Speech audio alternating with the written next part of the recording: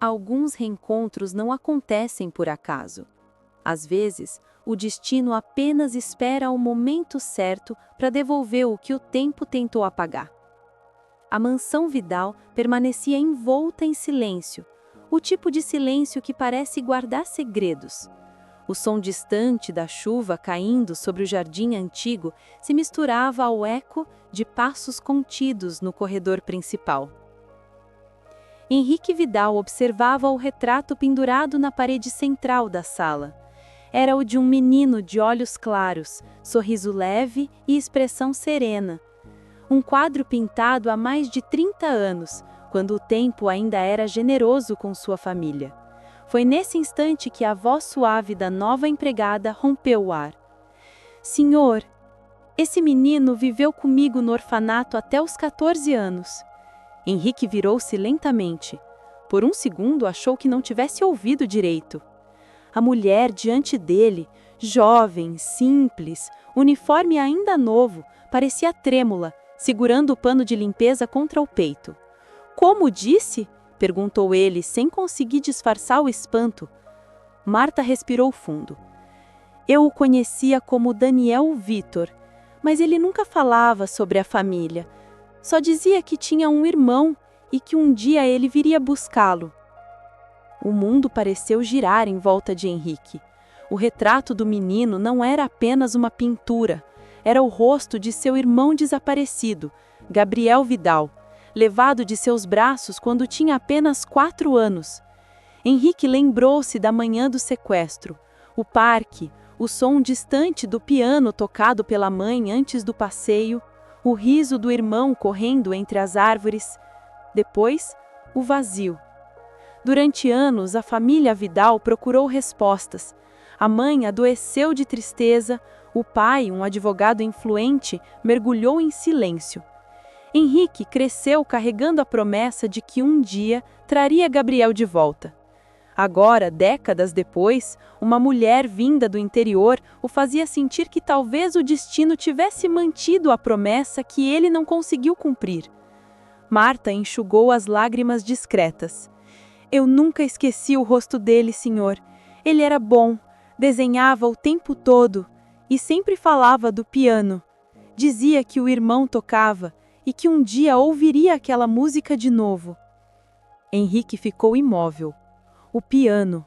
No salão ao lado, o instrumento ainda estava lá, coberto por uma manta branca, silencioso desde a morte da mãe. Ele caminhou até lá como quem visita um túmulo.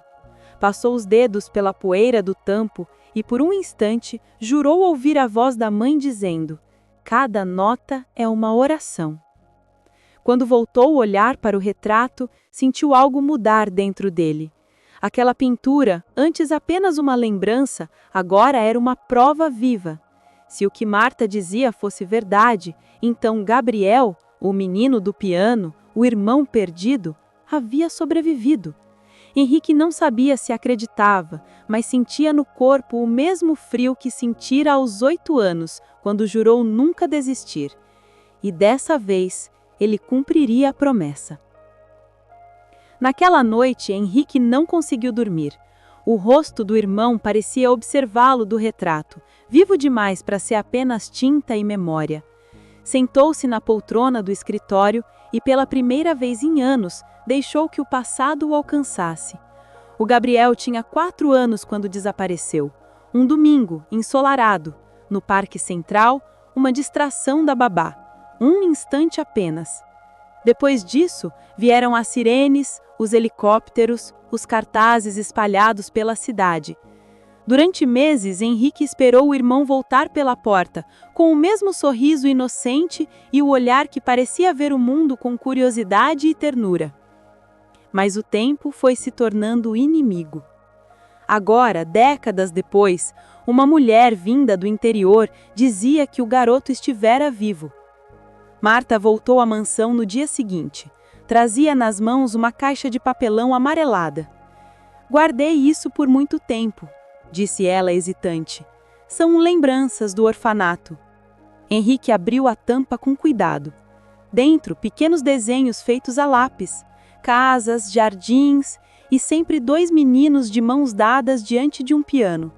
No canto de um dos papéis, em letras trêmulas, lia-se: "Meu irmão vai me encontrar."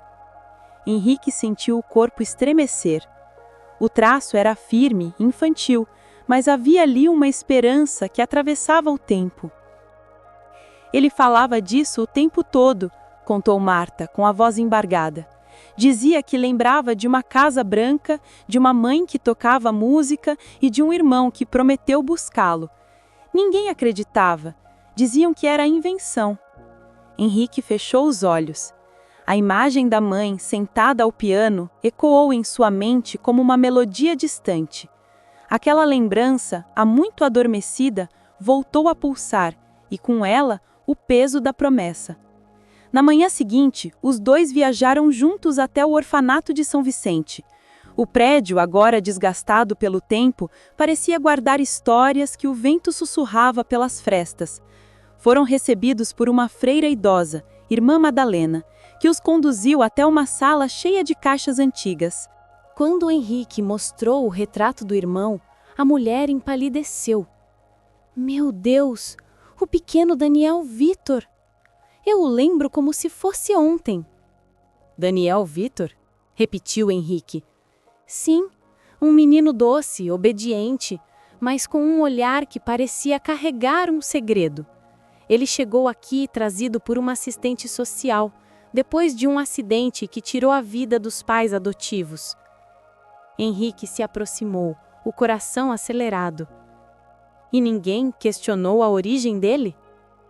A freira suspirou. Não havia tempo, nem recursos. O país passava por um caos e as histórias se perdiam nos papéis. Ela procurou entre as pastas, tirando um registro antigo. A data, o mesmo mês em que a polícia encerrou as buscas por Gabriel Vidal. Henrique sentiu as mãos suarem. Tudo começava a fazer sentido. Daniel Vitor e Gabriel Vidal podiam ser a mesma pessoa, duas identidades separadas por um erro, ou por algo muito maior. Marta o observava em silêncio, apertando as luvas que ainda trazia nos bolsos do avental. "Ele não mentia, senhor", disse ela baixinho. "Só queria que alguém acreditasse." A freira ainda guardava uma lembrança. Um desenho feito pelo garoto antes de fugir. Era uma casa, grande, um piano e duas crianças de mãos dadas. No canto, a assinatura: Gabriel Vidal. Henrique levou a mão à boca, tomado por um misto de espanto e dor. O menino que ele procurara por toda a vida estivera a poucos quilômetros de casa e ninguém percebeu. Do lado de fora, a chuva começava a cair. E enquanto o som das gotas batia nos vitrais do orfanato, Henrique sentiu que algo dentro dele se rompia, não de desespero, mas de esperança, porque pela primeira vez ele tinha um caminho. Durante as semanas seguintes, a vida de Henrique Vidal se resumiu a uma única missão: encontrar o irmão. As paredes da mansão, antes silenciosas, agora estavam cobertas de papéis, documentos e fotografias. Mapas, registros, nomes, tudo espalhado sobre a mesa do escritório, como se o passado tivesse voltado para ser decifrado. Marta o acompanhava em silêncio, sempre ao lado, revisando pastos, anotando datas, cruzando informações. Ela parecia sentir cada descoberta como uma ferida que voltava a abrir. Os dias se misturavam em meio a memórias e arquivos esquecidos. Foi um dos investigadores contratados por Henrique que encontrou a primeira pista concreta: um registro médico de um adolescente chamado Daniel Vitor, internado aos 17 anos em um abrigo no interior de Minas Gerais. O documento era antigo, borrado, mas o nome completo chamava a atenção: Daniel Vitor Vidal. O sobrenome estava errado, provavelmente inserido por alguém que não sabia sua origem. Mas o olhar da fotografia em anexo era inconfundível. O mesmo olhar do retrato pendurado na parede da mansão. Henrique sentiu o corpo todo estremecer. Durante anos, o nome Gabriel havia sido um sussurro de dor. Agora ele voltava como uma promessa de vida. O relatório dizia que o rapaz fora encontrado ferido em uma estrada, após um acidente e levado a um hospital público. Sofria de amnésia parcial e ficara internado por alguns meses, até desaparecer novamente sem deixar rastro. No dia seguinte, Henrique e Marta viajaram até Belo Horizonte. O hospital, um prédio antigo e de corredores frios, parecia guardar lembranças demais. Foram recebidos por um médico idoso, o Dr. Álvaro, que ainda lembrava daquele caso. "Lembro-me bem dele", disse o doutor, pensativo. "Era calado, gentil e passava horas desenhando." "Desenhando o quê?" perguntou Henrique com a voz trêmula. "Crianças, sempre crianças, e em todos os desenhos havia um piano." Henrique trocou um olhar com Marta. O coração dele parecia querer escapar do peito. O médico se levantou e abriu uma gaveta antiga. De lá, retirou uma pasta amarelada pelo tempo. Dentro, várias folhas dobradas e cuidadosamente guardadas. Numa delas, um desenho em grafite, uma casa grande, 2 meninos de mãos dadas e, no fundo, um piano com o nome Vidal gravado. Marta levou a mão à boca, sem conseguir conter o choro. Henrique fechou os olhos. O passado e o presente se encontravam naquele pedaço de papel. "O que aconteceu com ele depois?" perguntou Henrique, a voz embargada. O médico suspirou. "Antes de partir, ele me deixou um bilhete. Disse que precisava visitar um orfanato antigo, em São Vicente. Depois disso, nunca mais o vimos." O silêncio tomou a sala. Henrique sentiu uma dor funda, uma mistura de culpa e gratidão. Gabriel havia voltado. Procuraram um lugar onde crescera, talvez na esperança de reencontrar alguém. Mas ninguém o esperava. Naquela noite, já de volta ao hotel, Henrique não conseguiu pregar os olhos. O bilhete do irmão, guardado agora no bolso do paletó, parecia pulsar contra o peito. Cada palavra escrita com traços infantis era como um pedido de perdão. Marta, sentada à beira da cama, olhava para a janela entreaberta. "Ele voltou, senhor. Mesmo sem lembrar de nada, ele voltou." Henrique assentiu, com lágrimas silenciosas. E nós não estávamos lá. O amanhecer chegou lento, tingindo o quarto de tons dourados. Henrique levantou-se decidido. "Vamos voltar a São Vicente", disse com voz firme. "Se ele foi até lá, é porque ainda nos procurava." E foi assim que, guiados por um rastro de lembranças e amor, os dois voltaram ao ponto onde tudo começou. O orfanato de São Vicente parecia outro. As janelas quebradas, as paredes cobertas por era, o portão de ferro enferrujado pelo tempo. Henrique e Marta entraram com lanternas, o som dos passos ecoando pelos corredores vazios. O ar era frio, impregnado de lembranças. No antigo dormitório dos meninos, o piso rangia sob seus pés.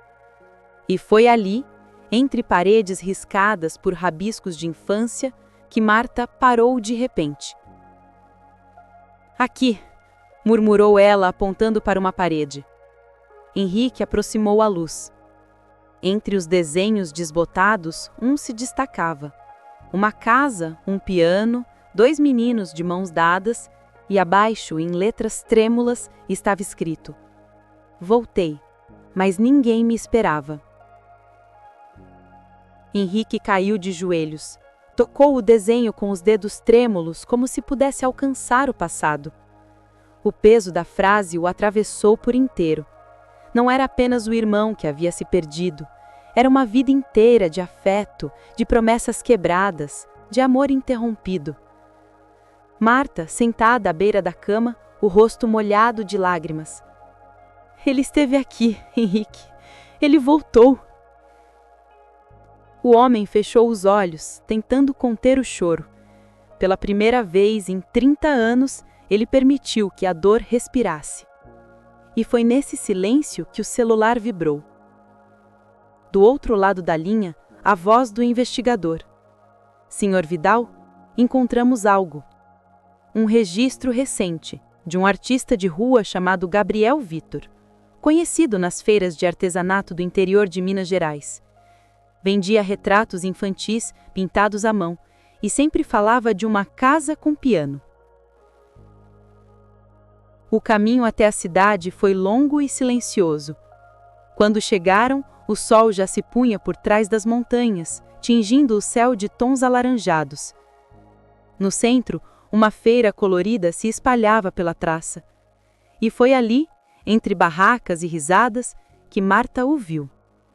Um homem de barba curta, roupa simples, sentado diante de uma tela, pintando o retrato de uma menina. O olhar concentrado, as mãos firmes, e por trás de cada traço, a doçura de quem já havia sido aquele menino. Marta se aproximou devagar. Daniel. O pincel escorregou dos dedos dele. Os olhos se ergueram confusos. Eu te conheço, murmurou hesitante. Do orfanato. Marta? Ela começou a chorar. Henrique parou a poucos passos.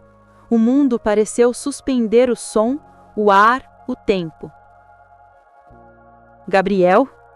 Disse ele com a voz embargada. O homem franziu a testa. Gabriel?